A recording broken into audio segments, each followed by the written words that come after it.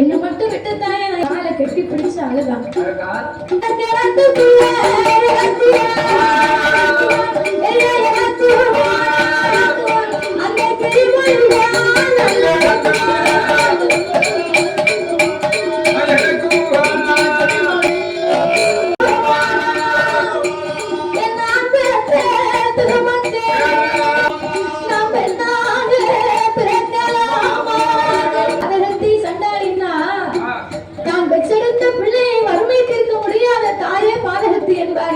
பசித்த வயிறோடு வாடிய முகத்தோடு வறுமையின் பார்வையோடு பிள்ளைகள் மாண்டதை பார்த்து கொண்டு அந்த நல்லவற்றால்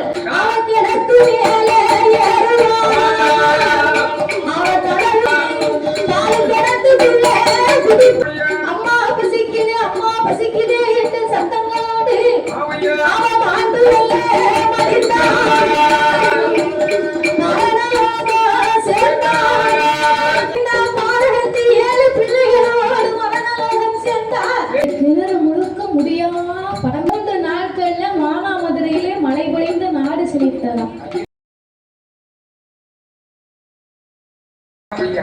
வழி தவறி விட்டவங்களை பார்த்தா கூட இப்படி பாதுகாப்புக்காக இருக்கக்கூடிய ஒரு இடத்துல போய் நீங்க கொண்டு போய் சேருங்க.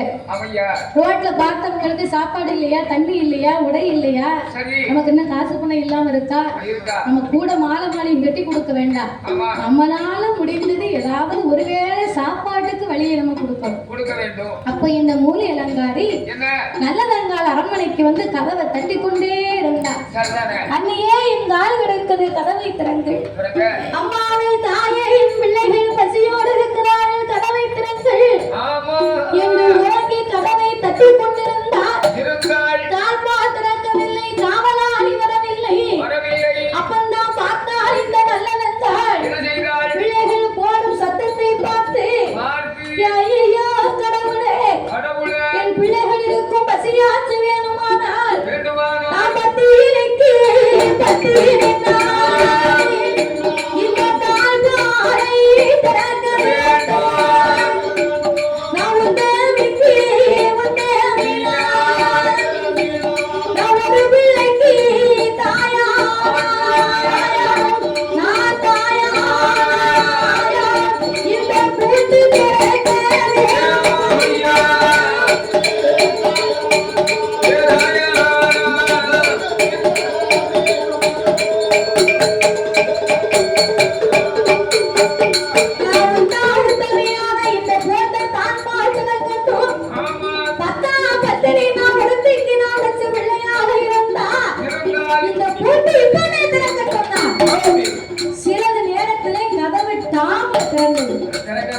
கதவு திறந்த உடனே மூலி அலங்காரி உக்களை படுத்திருந்தார்.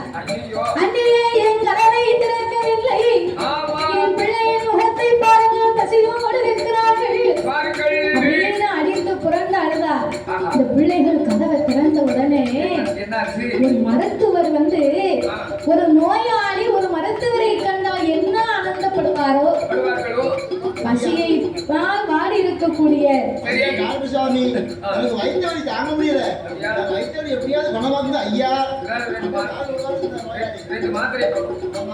அப்போ ஒரு நோயாளி ஒரு மருத்துவரை கண்டால் என்ன ஆனந்தப்படுவாரோ, பசியினால் வாடி இருந்த பிள்ளைகள் கதவை திறந்த உடனே அந்த மாங்காவையும் தேங்காவையும் கண்ட உடனே ஓடி ஓடி ஓடி பிறக்கினார்கள்.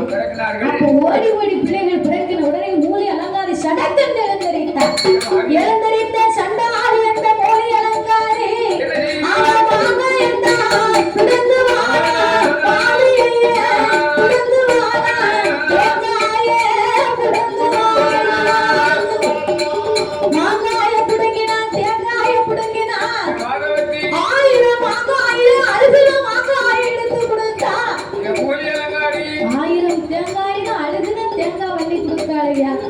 அதையும் பிள்ளைகள் வேண்டாம்னு சொல்லல. பிரிச்சு விரல் தன் கையிலே பிடித்து வைத்திருந்த மாங்காவையும் தேங்காவையும் பிடித்து எடுத்து அதை போட்டு விட்டு அழுகணும். மாங்காவையும் தேங்காவையும் கொடுக்க அதையும் பிள்ளைங்க வேண்டாம்னு சொல்லல. வாய் நிறைய தன்னுடைய உடம்பெல்லாம் வடிய வடிய அந்த தேங்காவையும் மாங்காவையும் கொண்டாங்க. அப்ப இதனை கண்டா நல்லதங்கா அவன் முகத்திலேயோ அடிப்பான் தாய் மனது தாங்காமல் அவன் புரண்டு புரண்டு அழுதான் அவன் உடம்பிலேயோ அடிப்பான் ஐயையோ கடவுளே என் பிள்ளைக்கு இந்த விதி வரும் என்று தெரிந்திருந்தா நான் பிள்ளை வச்செடுக்க மாட்டேன் என் மக்களுக்கு இந்த விதி என்று வருமானால் மகனை வச்செடுக்க மாட்டேனே அப்படி என்று அழுது புலம்பி அண்ணியே அண்ணன் தான் என்னை அனுப்பி வைத்தார் ஏன் என் பிள்ளைகளுக்கு இப்படி ஒரு கொடுமை பிள்ளைகள் எல்லாம் பசியினால் வாடுகிறார்கள் உடனே பிள்ளைகள் எல்லாம் அத்தையே அத்தையின் ஆபிசத்தை கட்டி மாங்காய் தேங்காய் தருவாளான பிள்ளைகளா சுத்தி சுத்தி சுத்தி வருது மூலி அலங்காரி எட்டு குதித்தார்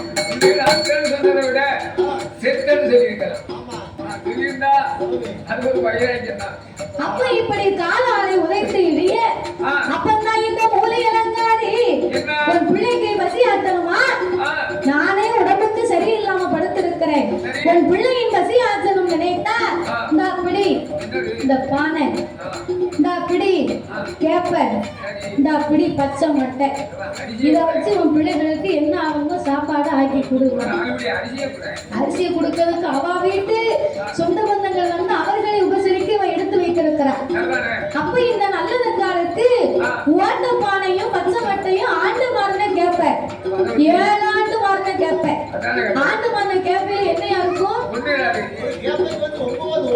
ஒரு கேப்பைக்கு 9 ஓட்டை கடுதலையும் சின்னது அப்ப அதுல என்ன சத்து இருக்கும் இந்த ஆண்டு மாறின கேப்பையும் ஓட்ட பானையும் பச்சை மட்டையும் கொடுத்து எரிந்து பிள்ளைகளுக்கு கொடுக்க சொன்னா பச்சை மட்டையில தீ வச்சு பார்த்தா தீ பிடிக்கல அப்பவும் நான் கடவுளை எண்ணி பத்தினியானா பத்திட்டு பிடிக்கட்டும் என்று சொல்ல வச்சு தீ பிடித்தது கேப்ப ஆண்டு மாறின கேப்ப பொங்கி வரக்கூடிய நேரம் பொங்கி அது வெந்து வரக்கூடிய நேரத்துல மூளை அலங்காரி பார்த்தா ஓடி வந்த காலால் ஒரு எட்டு காலால் எத்தின உடனே அவருக்கு அப்ப பானை வெடித்து அப்ப கீழே கேப்ப ஓடுவையா பானையை வெடித்து பானை 2ஆக வெடித்து கீழே விழுந்தது வலிந்து வரக்கூடிய கேப்பைய பிள்ளைங்க மண்ணோட அள்ளி அள்ளி அள்ளி அள்ளி தின்றார்கள் அந்த கேப்பையில ஒரு கேப்ப கூட கீழே இல்லை வலிந்தோடிய கேப்பைய வாயினால் அள்ளி அள்ளி உன்ற பிள்ளைகள் மண்ணோடு இப்படி வாயிலை திட்டு கொண்டிருக்கிறாள் என் பிள்ளைகள் இனி இந்த உலகத்திலே இருக்கக்கூடாது பெற்ற பிள்ளை எப்படி இருக்க பெற்றதாய்க்கு மனசு கேட்கும் ஐயா எந்த தாய்களும் அதை ஏற்றுக்கொள்ளும் தன் பிள்ளைகளின் வறுமை ஆற்ற வேண்டாம் அண்ணன் வீட்டுக்கு வந்த நமக்கு இந்த அவமானம் தேவையா ராசிராஜன் சொன்னது உண்மையாகிவிட்டதே அந்த விட்டு போன்ற நமக்கு வகையிலே சேர்க்கலையே இனி நாம இந்த உலகத்திலே இருக்க கூடாது என்று இருந்தாலும்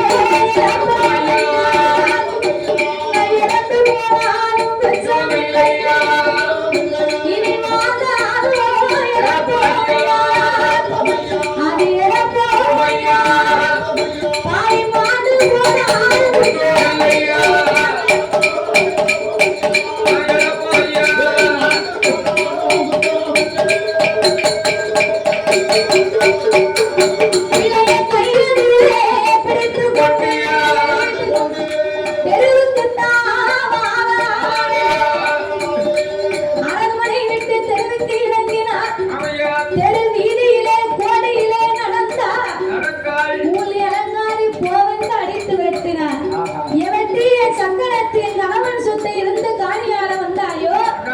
அப்படின்னு அரைத்து விரட்டினால இந்த அபிமானம் நமக்கு தேவையா அப்படின்னு சொல்லி பிள்ளைகள் அந்த மண்ணோடு அந்த கேப்புக்குள்ள அள்ளி சாப்பிட்டதை தாய் உள்ளம் தாங்காம இத்தனைக்கு அவ எதுவுமே சாப்பிடல அந்த நல்லதங்கா பிள்ளைகள் பசியாற்றக்கூடியமான ஓடி ஓடி பார்த்தார் அவமானப்பட்டு இனி வாழ்ந்தால் இழப்பம் நம்ம வாழ்ந்தால் குற்றம் இல்லை இறந்தா இழப்பம் இறந்து போனால் குற்றம் இல்லை என்று அவர் திருவையா கைப்பிடித்துக் கொண்டு வரும்போது உள்ளவர்கள் எல்லாம் பார்த்தார்கள் அம்மாவே நல்லதங்க உனக்கு கதி வர வேண்டுமா எங்கள் வீட்டுக்கு நீ வந்தையானா உனக்கு பச்சரிசி குத்தித்தாலும் பாலும் கலந்து தானும் உன் பிள்ளைகள் பசியாறி போகலாம் வந்தார்கள் அண்ணன் வீட்டுக்கு வந்து நான் அடுத்த வீட்டுக்கு போற பிடிக்குமா? அந்த வீட்டுக்கு வந்து அடுத்த வீட்டு போன எங்க அண்ணனுக்கு கேவலம் இல்லையா? அரசர் வீட்டு குடும்பத்தார் அண்டை வீட்டுக்கு நாங்க வரமாட்டோம். சந்தனம் தொட்டாலும் சாமி தொட மாட்டேன், குங்குமம் தட்டங்கையால் கூலி தொழிலாகுமோ அப்படின்னு அண்ணனை தேடி வந்தேனே, நான் இனி எங்கேயும் வரல அப்படின்னு சொல்லி திருவழியை நடந்து வந்தான். அப்ப காட்டு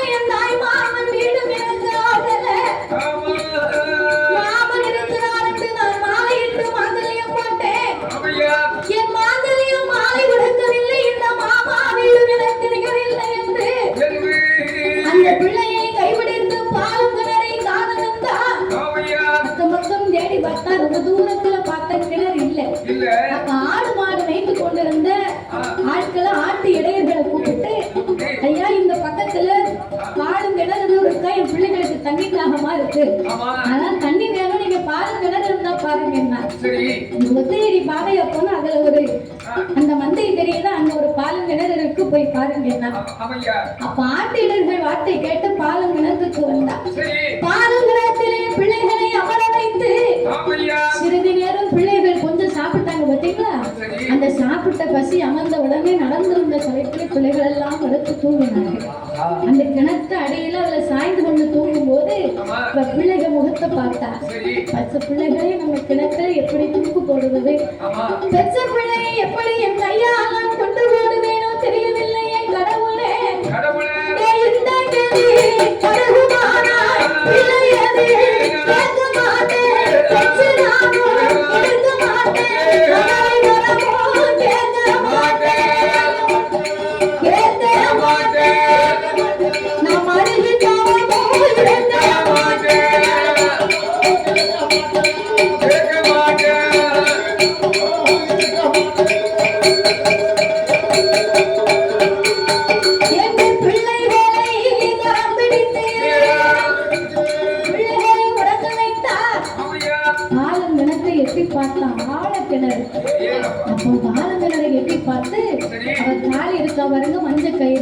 அந்த மஞ்சள் கயிறு கலக்கினான். பிள்ளைகள் வைத்திருந்த அழுகுன தேங்காய் அழுகுன மாங்காயை எடுத்தா, அதையும் அப்பவும் பிள்ளைகள் கையிலேயே வைத்திருக்கு.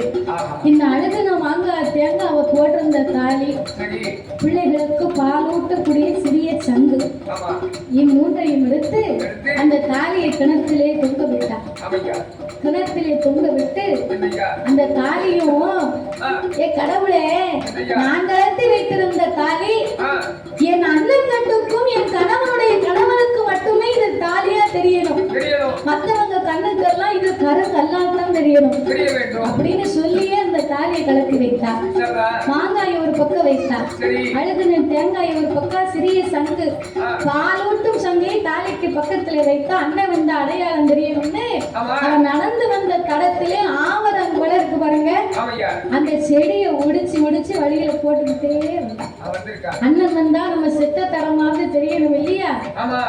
இந்த மாங்கல்யம் கொண்டு ஈமக்கரைகள் செய்தாலும் அண்ணனுக்கு போன இடத்திலே செல்வம் இருக்குமா அப்படின்னு சொல்லி அவ வழிகாட்டி ஆவரம் குப்பை உடைத்து வழியிலே போட்டு கொண்டு வந்தா. உறங்கி கொண்டிருந்த பிள்ளைகளை பார்த்து, ஐயோ நான் பெற்ற மக்கள், நான் உங்களை பெற்று எடுத்து பேரிட்டு வளர்த்த ஏற்று என்ன நாட்டு மக்கள் வறுமை தீர்த்த எனக்கு உங்கள் வறுமை தீர்க்க முடியவில்லையே, என்னை மன்னித்து விடுங்களே மக்களே என்று ஒவ்வொரு பிள்ளைகளாக கையில எடுத்தார். பிள்ளை கையில எடுத்து அவன் கிணத்துக்குள்ள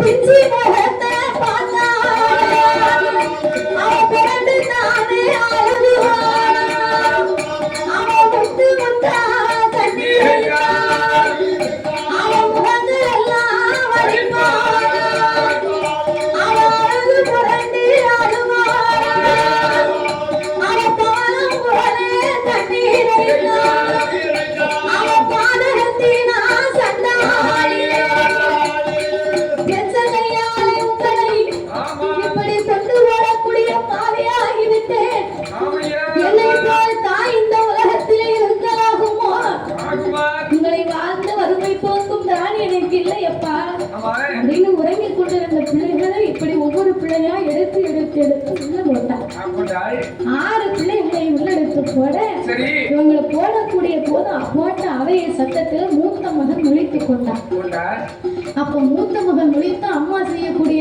செயலை பார்த்துட்டு அவன் கால கால கால சுத்துதான் கிணத்தை சுத்தி ஓடி வர என்னை மட்டும் விட்டு விடு அம்மா நான் ஓடி பிழைத்திருந்தா உன் பெயரை சொல்லி இருப்பேன் நான் தப்பி பிழைத்திருந்தா என் தாய் பெயர் சொல்லுவேன் அம்மா என்னை மட்டும் விட்டு தாயே நான் எங்கேயாவது போய் பிழைச்சுக்கிடுவேன் நான் சாணி வச்சு அவங்க தகப்பன் செய்ய சொல்லுவேன் வேலைக்கு விறகுடித்தாவது உன் பேரை நான் சொல்லுவேன் அம்மா என்னை மட்டும் விட்டு நான் விளைத்துக் கொள்கிறேன் அப்படின்னு அவன் காலை கட்டி பிடிச்சு அழுதான் கொஞ்ச நேரத்துல அவ விடல உடனே கிணத்தை சுத்தி ஓடி திரிந்தான் அப்ப ஆடு மேய்த்து கொண்டிருந்த இடையர்களை கூப்பிட்டு ஐயா அந்த பிள்ளைய எப்படிங்க என் பேச்ச கேட்க மாட்டேக்கான்னு சொன்ன ஆட்டு இடையர்கள் பார்த்தார்கள் நாய்க்கு அலங்கார தருதலை பிள்ளையா இருக்குமோ என்று அந்த பிள்ளையை பிடித்து நல்லதங்கால் இடத்திலே ஒப்படைக்க அவள் மூத்த மகன் என்று பாராமல் வறுமையின் காரணத்தால் எனக்கு தந்தையிடம் இல்லை தாமதிக்க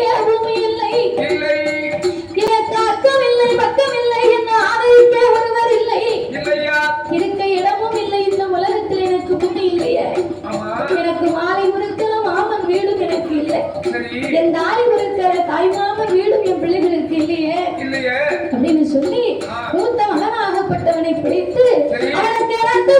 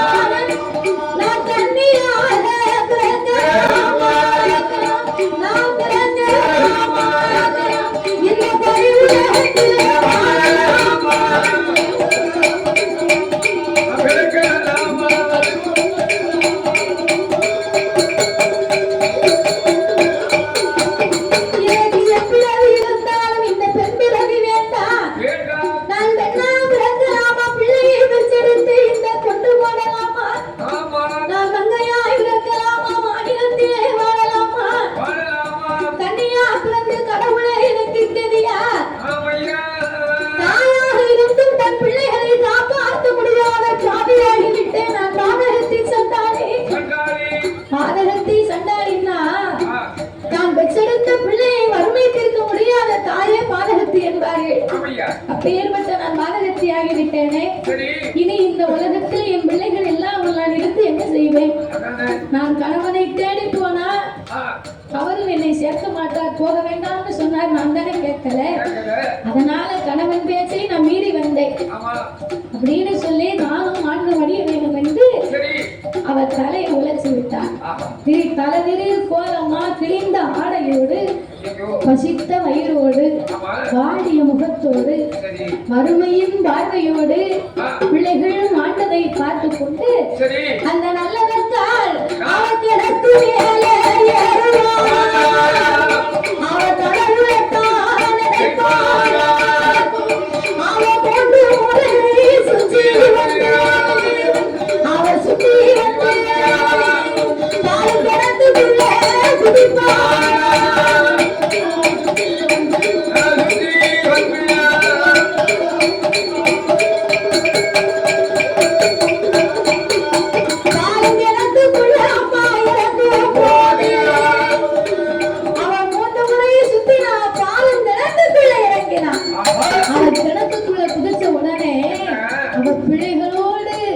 தாயுமாக வறுமையினால் செத்து மடிய பிள்ளைகளோடு கபடல் சத்தத்தோடு அம்மா பசிக்குது அம்மா பசிக்குது என்று சத்தங்களோடு அவன் ஆண்டு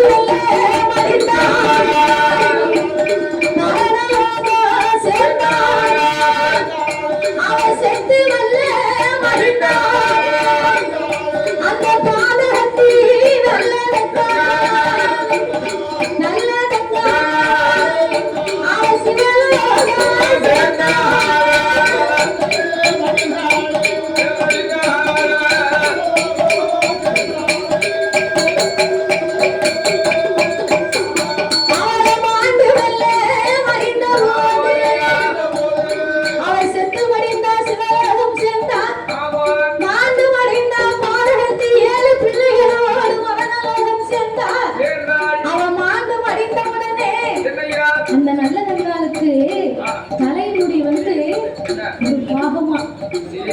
ஒரு பாக முடி அவளுக்கு அந்த ஒரு பாக முடிய விரி தலையோட அவ இறங்கினா பாருங்க. அவ கிணத்துல அவ பிள்ளைகள் எங்க இருக்கு, நான் மூத்த பிள்ளை எப்படி இருக்கு, செத்தமா மாண்டமா மடிந்தமான்னு தெரியாம அந்த கிணறு முழுக்க முடியா படர்ந்திருந்ததாம். அவ முடியே பிள்ளைகளை மூடி மறைத்ததாம். அப்போ 16 அடி முடி அவள் பிள்ளைகளை மூடி மறைக்க செத்த குணமாக தன் முகம் மட்டும் தெரிய அப்படியே கட்டையாக மிதந்தாள். அப்படியாகவே மிதந்து கொண்டிருக்கும் போது இவள் செத்து 3 நாட்கள்ல அவ விதிய பாருங்க. 3 நாட்கள்ல மானாமதுரையிலே மழை பொழிந்த நாடு செழித்ததாம். அப்போ மானாமதுரையிலே மழை பொழிந்த நாடு செழிய காசிராஜன் தன் மனைவி அழைக்க வேண்டும் என்று வந்து கொண்டிருக்கிறார். இவர் வரக்கூடிய நேரத்திலே நல்லதங்காலின் அண்ணனாகப்பட்ட நல்ல தம்பி அவர் 2-3 நாளா காட்டுல இருந்து ஒரு வாரம் அப்ப வேட்டைக்கு போனாங்கன்னா காட்டிலே தங்கி விடுவார்களாம். அப்ப இவர் வேட்டை முடிந்து வீட்டுக்கு திரும்பி அரண்மனைக்கு வந்து பார்த்தார். அரண்மனைக்கு வந்து பார்க்கும் போது தன் பிள்ளைகளையும் காணவில்லை, தன் தங்கையையும் காணவில்லை. அம்மா மொழி அலங்காரி, என் தங்கை வந்தாளே, சாப்பிட்டாளா, உறங்கினாளா, என் பிள்ளைகளின் பசி ஆத்தினாயா அப்படின்னு உடனே அப்ப மூலி அலங்காரி சொன்னா, உங்க பிள்ளைங்க வந்தாங்க, பாலும் சோறும் பசியும் ஆச்சினேன், மாங்காயும் தேங்காயும் மாம்பழமும் கொடுத்தேன், பச்சரிசி சாதம் பொங்கி பழத்தாக போட்டேன், பிள்ளைகளுக்கு தங்க தொட்டிலை செய்து பிள்ளைகளை வரவழைத்து படுக்க வைத்து வெஞ்சாமரம் கொண்டு வீசினேன். அன்னை வந்தான் தான் சாப்பிடுவேன் புறப்பட்டு போயிட்டாங்கன்னா மூலி அலங்காரி மூதேவி சண்டாளி இவர் சொன்ன வார்த்தையை பார்க்கும்போது இப்படி எல்லாம் செய்திருந்தா நம்ம தங்கை இங்குதானே இருந்திருப்ப, அண்ணன் வர வேண்டும் என்று ஆள் அனுப்பி அங்கும் இங்கும் தேடினார். எங்கும் இல்லை. அக்கம் பக்கம் உள்ள மக்கள் எல்லாம் செய்தியை சொன்னார்கள். நடந்த விவரத்தை அழுது கொண்டே அனைத்து மக்களும் புலம்ப, நாங்க கூட கூப்பிட்டோம் ஐயா, பச்சரிசியும் தாரும் பாலும் கலந்து தாரும்னு கூப்பிட்டேன். அண்ணனை தேடி வந்த அரண்மனைக்கு அவர் இல்லை என்று அக்கம் பக்கம் போனா அண்ணனுக்கு மதிப்பில்லை, அதனால நான் போறேன்னு இந்த ஒத்தையடி பாதையா போனாங்கன்னு சொன்ன உடனே வீசுகளும் விடுதலைக்கு மின்னல் போல் கோபம் வர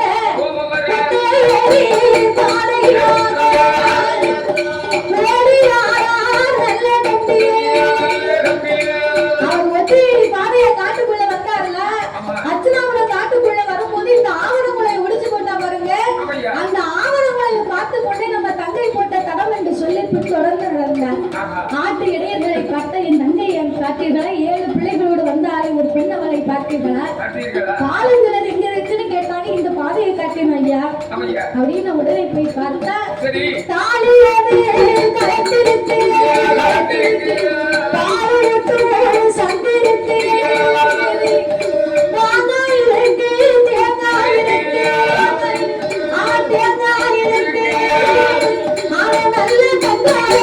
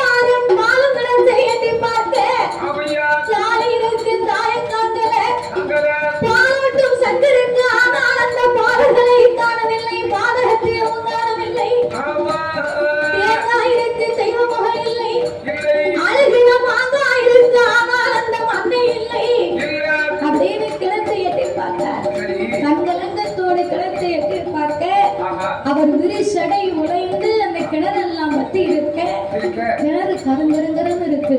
அவர் முகம் மட்டும் தெரிந்ததா. அப்ப முகத்தை பார்த்த உடனே அடித்து புரண்டு அழுதாள். என் அன்னையே நல்ல தங்காள், உன்னை தங்கையாக வைத்தேனா, என் தாயாக நான் நினைத்திருந்தேன். அண்ணனோடு பிறந்த உனக்கு இந்த கதி வர வேண்டுமா? இப்போலத்திலே உன்னை பார்ப்பதற்கு இந்த இறைவன் எனக்கு எழுதினாரா? எனக்கு யாருடைய தீவிரையா, யாருடைய சொல்பிழையா, என்ன காலத்தோட விதிப்படியா, அந்த கடவுளோட சோதனையா, நான் முன் செய்த பாவம் தானா, முடிந்தது வாயில் பிறப்பியா, எனக்கு தாயாரில் விதிப்படியா, எனக்கு விதிப்படியா, நல்லவங்க தலையடியே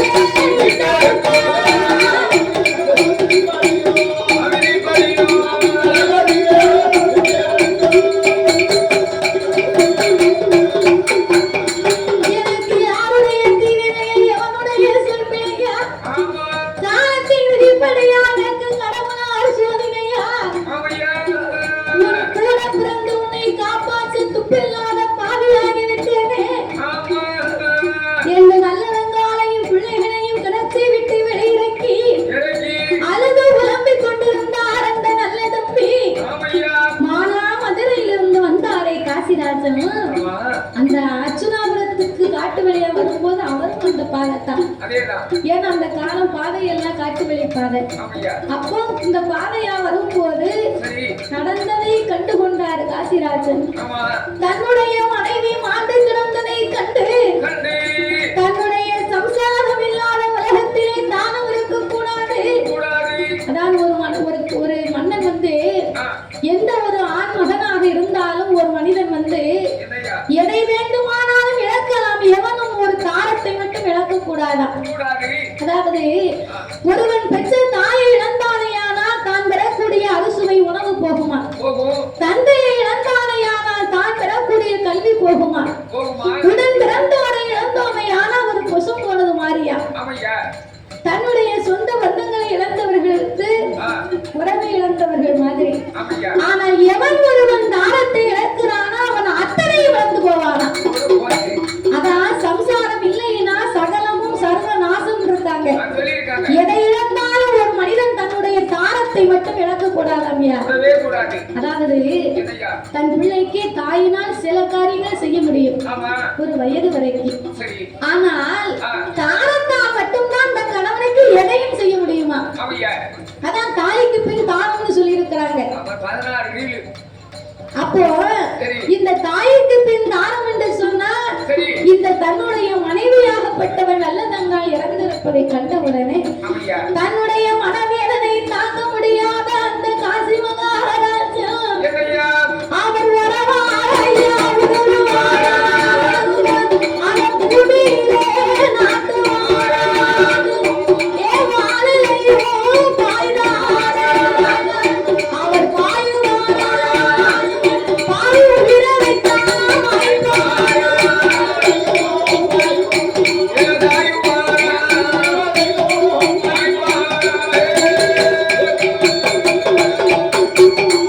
தன்னுடைய மனைவி இல்லாத இந்த தாவணையிலே நாம இருக்கக்கூடாது என்று ஆண்டு மடிய வேணும் என்று காசி மகாராஜன். இப்பவும் சில குடும்பத்துல கணவன் மனைவிகளுக்கு இருக்கக்கூடிய உறவுன்னா தன்னுடைய மனைவியின் அருமை வந்து நமக்கு தெம்பு இருக்கிறது வரைக்கும் ஒரு ஆணுக்கு எப்போதுமே தெரியாதான். என்னைக்கு தன்னுடைய உடல் வலிமையை இழந்து அவர் இருக்கிறாரோ அன்னைக்கு தன்னுடைய தாரம் நமக்கு செய்யக்கூடிய பணிவிடையை பார்த்துதான் அன்னைக்குத்தான் அவருடைய அருமை என்னன்னு ஆண்மகனுக்கு தெரியுமா. இருக்கு வரைக்கும் யாருடைய அருமையும் தெரியாது, இல்லாத பிறகு தேடியும் கிடைக்காது.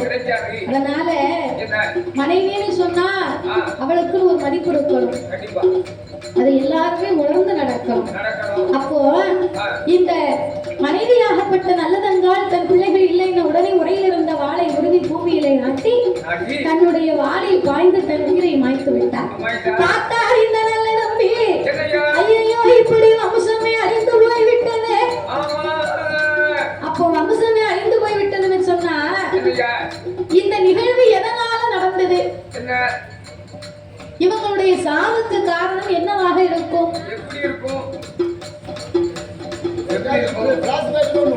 இவர்களுடைய வறுமைக்கும் இறப்புக்கும் காரணம் என்று சொன்னால் வறுமை ஒரு காரணம். அதையும் தாண்டி வக்ர குணம் படைத்த மூலை அலங்காரியின் கொடுமை ஒரு காரியம். அதாவது மனிதனுக்கு மனசுல ஈரம் இருக்கணும்யா. மனிதநேயமே இல்லாமல் வாழ்ந்தா இந்த நல்லதங்கால போல உலகத்தில் எத்தனை உயிர்கள் மாட்டு கொண்டேதான் இருக்கும். மனிதநேயம் என்னைக்கு இந்த மண்ணில் இருக்கிறதோ எல்லார் மனிதனுடைய மனதிலும் இருக்கிறதோ அன்னைக்கு தான் இந்த கொடுமை அரங்கும். மூலை அலங்காரியை போல சில மூலிகள் இன்னும் இருக்கிறார்கள். அதனால எல்லாரும் மனித நேயத்தோட நடக்கணும். பசியை யாச்சனும் வறுமையை நீக்கணும்.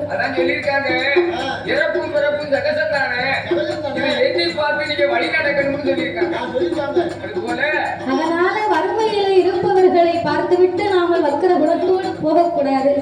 பசியோடு இருப்பவர்களுக்கு பசி ஆச்சினால் அவர் கடவுளுக்கு நிகரானவர்.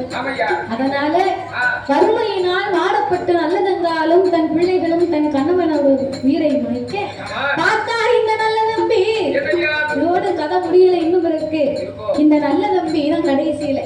இந்த நல்ல தம்பி தன்னுடைய தங்கையின் வம்சத்தை அழைத்த அந்த மூலி அலங்காரி மூதேவி சண்டாளி விட்டு வைக்க கூடாது. இவரை போன்றவர் இந்த உலகத்தில் இருக்கும் வரைக்கும் தங்கையின் நிலைமை எல்லோருக்கும் வந்து சேரும் என்று நேர அரண்மனைக்கு வந்தார்.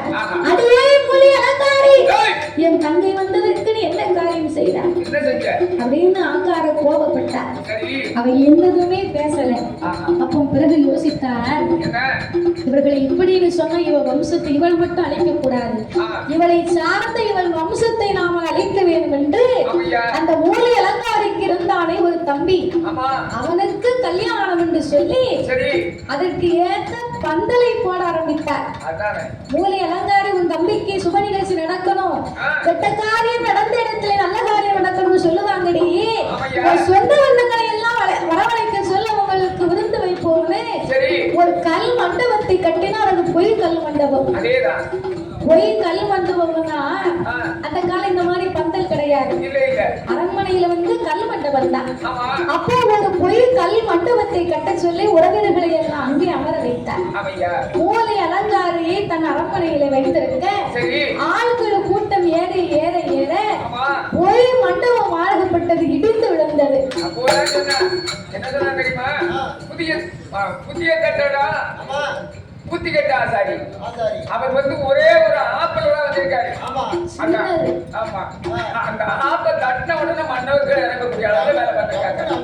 அந்த மாதிரி இப்படி சொன்ன உடனே அப்படியே ஆப்பை தட்டினாரு. அப்ப அவர் செய்து யோசனை செய்ததை மாதிரி அவங்க வம்சத்தை அப்படியே ஒரே முறையில கல் மண்டபத்தோடு கட்டி இடிந்து விட அத்திரைவர்களையும் அழைக்க அவர்கள் மாண்டு விடுகிறார்கள். நாம விட்டு வைக்க கூடாது என்று வறுமையில் வந்த என் தந்தை நல்லதங்காலை நீ கொண்டு வந்தாய சண்டாளி. வறுமை ஒரு காரணம் என்றால் நீ உனக்கு ஒரு காரணம் அல்லவா? உன்னை இதோடு நான் விடமாட்டேன் என்று சொல்லி அவர் வாழ வைத்தார். ஐயா மூலி அலங்காரியே